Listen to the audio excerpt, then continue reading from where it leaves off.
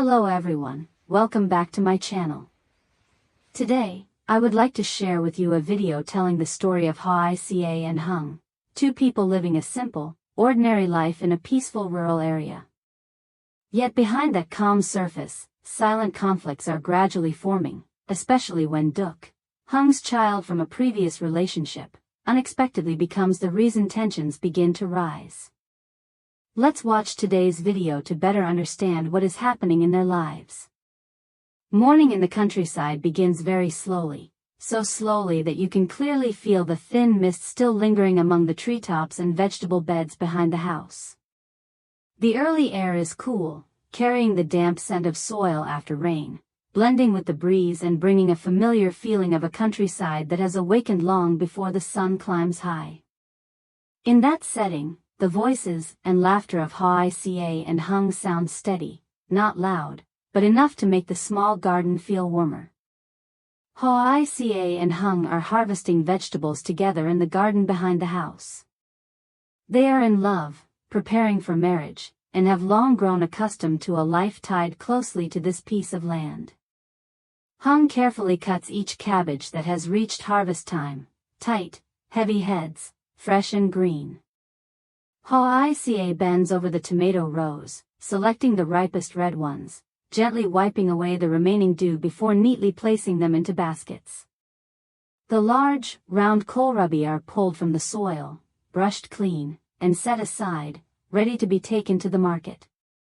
The land is not large, but Hoai makes use of nearly every available space. She plants in rotation. Once one crop is harvested, she immediately prepares the soil for the next, hoping the garden will always have vegetables to sell, to eat, and to support their daily life.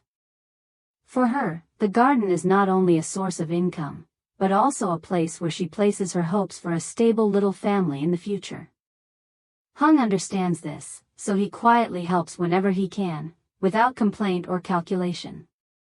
As they work, their conversation revolves around very ordinary matters. Hoai mentions Tony, her 2-year-old son from a previous relationship. By this time, Tony has already been taken to the local kindergarten. Hung shares that the other day he bought Tony a set of educational toys to bring to class. They are simple items, but for children in rural areas where resources are limited, they are extremely valuable. The teacher was pleased, saying the toys help the children learn while playing, stimulating their thinking and cognitive development. Listening to Hung, Hoai simply smiles quietly. Inside her is a sense of reassurance that is hard to put into words. Stories about children, school, and the small garden make the morning pass gently, peaceful to the point that no one would imagine that soon, this life would face a major change. After finishing the harvest, Hoai carries the vegetables to the local market. It is the familiar rural market where she sells produce every day. Hung stays behind, tidying up the tools, washing the baskets, then sits down to record expenses. He carefully notes the vegetable sales, daily living costs, everything neat and clear. Life is not abundant, but it is stable, enough to give him peace of mind. Everything seems as though it will pass like any other day. But at that moment, Hung's phone rings repeatedly, breaking the quiet inside the house. When he sees the caller's name on the screen, his heart sinks slightly. It is Swan, his ex-girlfriend, and Duc's biological mother. Swan's voice on the other end is hurried, mixed with the sound of rain. Just hearing it makes Hung uneasy. He quickly grabs a raincoat and rushes to Swan's house, thinking only of his son. The rural road is slippery, the rain falling heavily, but he moves quickly, his heart burning with worry. When they meet, Swan says something that leaves Hung stunned. She is about to go abroad for work. Life in the countryside is too unstable, and the grandparents are elderly, no longer strong enough to take Duc to school or care for him properly. After much consideration, Swan wants Hung to take care of their son long-term. The decision comes far too suddenly. Hung knows his job requires frequent long-distance travel, with his workplace hundreds of kilometers away, and living in steady conditions that are far from ideal. But standing in front of his growing son, facing Swan's expectant gaze, he cannot refuse. He accepts his responsibility as a father, even though he understands clearly that from this moment on, his once peaceful life will never be the same again. When Hoai returned from the market, the afternoon had already begun to fade. The vegetable baskets were placed neatly in the corner of the house, the scent of fresh greens and damp earth still clinging to her slender shoulders. Hung was sitting there, waiting quietly. Without needing to ask much, Hoai could sense that something was different in the house. Hung's eyes were heavy, his voice deeper than usual. He told her everything, from Swan's phone call, the sudden decision, to the fact that Duk would have to leave his mother and come live with him. They both fell silent for a long time. No one spoke right away. The silence stretched on, heavy and pressing, as if each of them was facing their own thoughts alone. Hoai lowered her head, her hands clasped together, while Hung stared out at the front yard where the afternoon sunlight was slowly fading. Though no words were spoken, they both understood clearly, this was the greatest challenge they had faced since deciding to build a life together. Hoai thought of Tony. Her son was still very small, only 2 years old, needing constant care and attention. She herself could not read or write, and the thought of helping her child with schoolwork in the future had always weighed on her heart. If Duk came to live with them, that burden would only grow heavier. She understood her own limits, and the boundaries imposed by her circumstances. The thought made her heart sink, filled with both worry and helplessness. Hung, meanwhile, thought about his work. Long trips to remote highland areas, harsh living conditions, long and difficult roads. If he brought Duk along, the child would have to endure many disadvantages, schools that were incomplete, a lack of stable care. But if he left Duk in the village, there would be no one truly able to teach him, take him to school, or guide his studies. No matter which choice he made, he felt that his son would be the one to suffer. After much inner struggle, Hoai was the first to speak. Her voice was not loud, not confident, but it was clear. She did not make grand promises, nor did she offer empty words of comfort. She simply said that if Duk stayed here, she would do her best within her ability. She could take care of him, prepare his meals, make sure he slept well, and take him to and from school every day. These simple things, she believed, were within her reach. As for his education, Hoai did not dare to take on responsibility beyond her capacity. She said they would find another way, perhaps asking teachers for help, relying on acquaintances, or seeking a more suitable solution. To her, the most important thing was not allowing a child to suffer simply because adults were confused and conflicted. After saying this, she fell silent, not daring to look directly at Hung, as if afraid her words were still not enough to shoulder such a heavy responsibility. That afternoon, Hung went to pick Duk up from school. The boy walked out through the school gate with his small backpack on his shoulders, his steps slower than usual. Duk was well-behaved and polite, with good academic performance, but his eyes revealed confusion and sadness. He understood that he would soon have to leave his mother, even if he could not yet put that sadness into words. Hung held his son's hand, feeling the hesitation in every small movement, his heart growing heavier with each step. When they arrived home, Hoai had already prepared dinner. The meal was simple, just a few familiar dishes, but everything was arranged neatly. She gently asked Duk about his day at school and about the foods he liked. Her calm, unhurried manner gradually eased his tension. Tony toddled around the house, laughing as he went, tugging at big brother Duk's hand, eager to play. Tony's innocence softened the atmosphere in the house, even if only a little. In that small space, two children from different circumstances unknowingly became the thread binding the fates of 3 adults together. Hung sat watching them, his heart filled with both love and worry.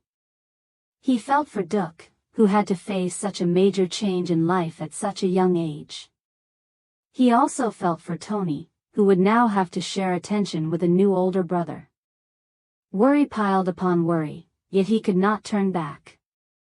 Hoai stood by the stove, quietly observing the scene. She understood that from this moment on, her life with Hung would no longer revolve around just the two of them. Every decision, every choice from now on would affect the children in the house. The thought made her feel the heavy weight of responsibility, while also sensing clearly that change was drawing very near. Night fell, and the house remained brightly lit. No one hurried to go to sleep. Thoughts overlapped and tangled, impossible to set aside. None of them could be certain what the future would hold, nor whether they had the strength to walk the entire road ahead. But one thing had become clear: they had chosen not to abandon any child, even if the path ahead was filled with hardship. And it was this very choice that would bring changes they could not yet foresee, as new trials quietly waited just beyond the darkness. From the day Duc came to live with them, the small house of Hung and Hoai could no longer maintain the same quiet calm it once had. Not because Duc was naughty or disrespectful, and not because he caused trouble on purpose. The disturbance came from something very subtle, very hard to name, stemming from the fact that Duc had not yet adapted to his new life. Every corner of the house, every daily routine felt unfamiliar to him. Duc missed his mother, missed the old house, missed the evenings when it was just the two of them sharing meals in a familiar space. That longing was not loud or openly expressed, but it quietly weighed on the fragile emotions of a young child. There were moments when Duc sat alone for a long time, his gaze distant, unfocused on anything in front of him. He spoke less than before, no longer showing his usual liveliness. The emotions he kept bottled up sometimes caused him to react in extreme ways, even though he himself did not understand why he was acting that way. It was not defiance, but the sense of being lost, a child placed in circumstances far too big for his age.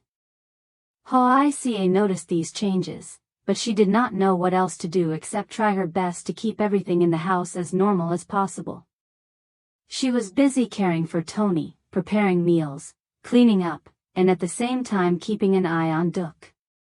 Each passing day carried an invisible pressure, leaving her in a constant state of mild tension, afraid to relax even for a moment. One afternoon, when the sunlight had softened, Hoai was standing in the kitchen cooking. The sound of oil crackling in the pan and the smell of food began to spread through the small house. Tony was playing in the room with his familiar toys, while Duc sat nearby, quietly watching his younger brother. Everything seemed fine, until Tony's sudden cry erupted, sharp and piercing, tearing through the already heavy atmosphere. Startled, Hoai immediately dropped what she was doing and rushed into the room. Before her eyes was Tony lying on the floor, toys scattered everywhere. The little boy was crying uncontrollably, his face flushed red, tears streaming down. Duc stood frozen beside him, his body stiff, face pale, his eyes filled with fear and confusion. Hoai hurriedly picked Tony up. Seeing the scrape on his arm, with blood seeping out, made her heart tighten. She soothed him while checking to see if he was hurt anywhere else. Tony's cries grew louder and louder, making her even more flustered. At that moment, Duc spoke in a trembling, hesitant voice. He said that Tony had taken his toy, and he had only pushed him away to get it back. He had not meant to make him fall.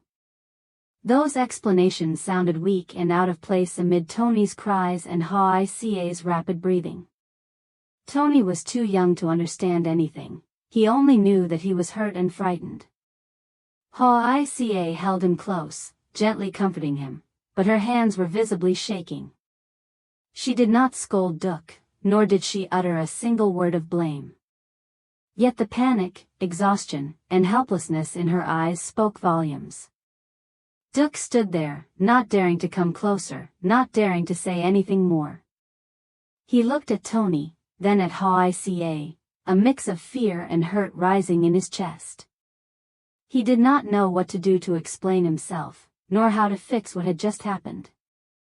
Hoai's silence, though free of punishment, made the room feel heavier than ever. The atmosphere in the small house sank noticeably. Tony's cries, Hoai's quiet sighs, and Duck's motionless stance created an uncomfortable stillness, as if signaling the silent conflicts that were slowly taking shape, even though no one had yet spoken them aloud. At that very moment, Hung arrived home. The sound of the motorbike stopping in the yard made Hoai flinch. She was still holding Tony in her arms. The child had stopped crying, but his small body was still trembling, his tiny hand clutching tightly at his mother's shirt. The scrape on Tony's arm was still red, making it hard for Hoai to calm herself. Duck stood pressed into a corner of the room, his back against the wall, eyes rimmed with red, both hands gripping the hem of his shirt, not daring to lift his head. Hung stepped into the house. He had not even taken off his jacket before sensing the unusually heavy atmosphere. He looked at the scene before him, his expression freezing for a brief moment. Hoai explained what had happened, her voice trying to stay steady but unable to hide her exhaustion and worry. She spoke slowly, sentence by sentence, soothing Tony as she explained that Duck had not done it on purpose, it was just the two children fighting over a toy. After listening, Hung turned to Duck. Without waiting, he pulled his son closer and questioned him. His voice was harsher than usual, carrying the tension he had built up throughout the day. The rapid-fire questions only made Duck more confused. Already hurt and overwhelmed, being questioned in that moment was too much for his young mind to bear. Duck broke down in tears. At first, he tried to hold them back, but then the crying burst out, choking and fragmented. Through his sobs, Duck spoke in distress. He said that at his mother's house, he was never scolded like this. He said he did not want to stay here anymore. He said that Tony was not his brother. The words poured out without thought, a defensive reaction from a child who was deeply hurt. Duck did not understand how heavy each sentence was, he only knew that he felt unbearably sad, wronged, and alone. Those words echoed through the small house, clear enough that no one could pretend they had not heard them. Hoai stood still. Holding Tony in her arms, she felt as if something were tightening around her chest. It was not anger toward Duck. She felt no resentment, no desire to blame him. What hurt her most was the truth that had suddenly become painfully clear. To Duck, this house was still not home. And to her, no matter how hard she tried, she was still an outsider and part of the child's world. Tony, in her arms, continued to sniffle, unaware of what was happening. He only sensed the tension of the adults through the tighter-than-usual embrace. Hoai lowered her gaze to her son, then looked toward Duck. Her eyes held no reproach, only a deep heaviness. In that moment, she understood that all her care, patience, and effort were still not enough to fill the emptiness in the heart of a child who had just been separated from his mother. Hung shouted at Duck to be quiet. His voice rose higher, harder, as if trying to stop the situation from spiraling further out of control. Yet even as he shouted, he felt lost himself. He saw Duck crying until his eyes were red and swollen, saw the fear and resentment plainly written on his son's face. This was his own flesh and blood, a child deprived of a mother's affection, forced to adapt to a life he had never chosen. At the same time, he saw Hoai standing silently, holding Tony. A woman who had accepted additional responsibility, who had not refused when he made the hardest decision of his life. Tony was still too young, completely innocent in this story, yet he was the one directly hurt. Hung realized that the life he had worked so hard to build, a peaceful home, a warm family, was now facing its first cracks. For the first time, Hung felt himself standing between two sides, not knowing which way to lean. On one side was his biological son, desperately in need of protection. On the other were Hoai and Tony, the people who had built his present life with him. He wanted to protect both, but the more he tried, the more helpless he felt. There was no perfect choice. There was no way for no one to be hurt. The space inside the house grew heavier than ever. Duck's crying gradually softened into quiet sobs. Tony leaned against Hoai's shoulder, exhausted after crying. Hoai remained silent, saying nothing more. And Hung stood there, realizing for the first time that this challenge was not simply about raising one more child. It was a test of emotions, of boundaries, and of unseen wounds quietly growing within the walls of his own home. That evening, Hoai barely spoke at all. After dinner, she quietly cleaned up, without complaining, without mentioning what had happened earlier in the afternoon. Her movements were still as gentle as always, yet the prolonged silence made the atmosphere in the house heavier than ever. She carried Tony into the bedroom and tended to him carefully, washing him, changing his clothes, soothing him to sleep. Exhausted after a day full of emotional upheaval, Tony quickly drifted off, his breathing steady in his mother's arms. After laying Tony down, Hoai stood there for a long time.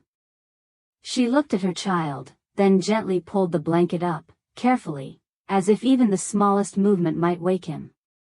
When she was done, she turned and walked away without saying a word to Hung. There was no blame, no anger, only a silence so prolonged it felt chilling. Hung stood outside the room, witnessing everything.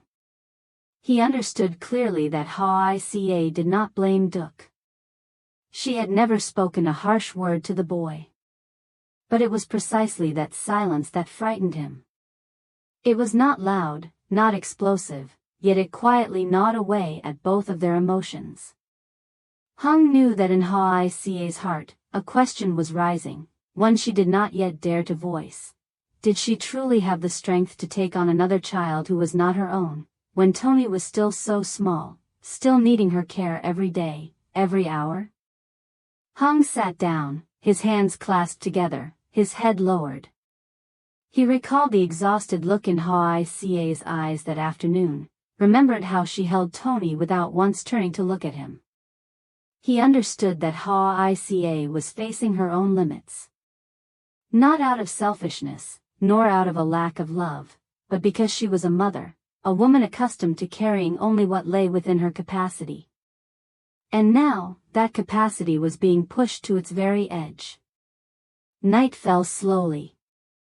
The house remained lit, warm yellow light spilling out into the front yard, yet inside it felt strangely cold. Hung and Hoai were physically close, but an invisible distance had formed between them. No one spoke of it, yet both could sense the change. Things that once could be shared easily now felt difficult to put into words. The silence stretched on like a thin wall, fragile, yet strong enough to separate them. What had happened that afternoon, at first glance, seemed like nothing more than a minor incident between two children. But to Hung and Hoai, it was the first sign that things were far more complicated than they had imagined. When children from previous relationships enter the picture, every emotion is pulled taut to its limit. Love alone is not enough. Patience alone may not be enough either. Because each person carries their own bonds, their own wounds, and responsibilities that cannot simply be set aside. Hung lay down beside Hoai, but they turned their backs to opposite sides. There was no touch, no words of comfort. In Hung's mind were images of Duck crying uncontrollably, of his son's immature yet heartbreaking words. In Hoai's mind was Tony's tear-streaked face, and the helpless realization that she could not hold everyone close without someone getting hurt. And from that moment on, the risk of collapse appeared more clearly than ever before. Not through a loud argument, not through words of separation, but through silence, through the unspoken thoughts quietly growing in each of their hearts.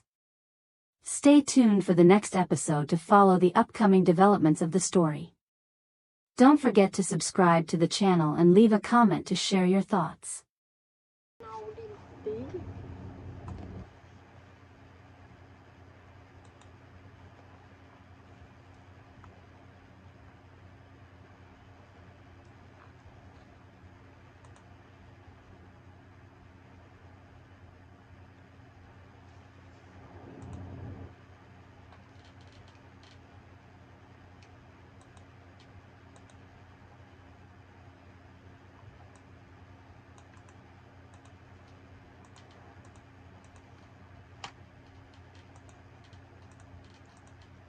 Cảm ơn mọi người đã yêu quý và theo dõi video của mình nhé. Mình đang tiếp tục đề đây mà không chưa xong.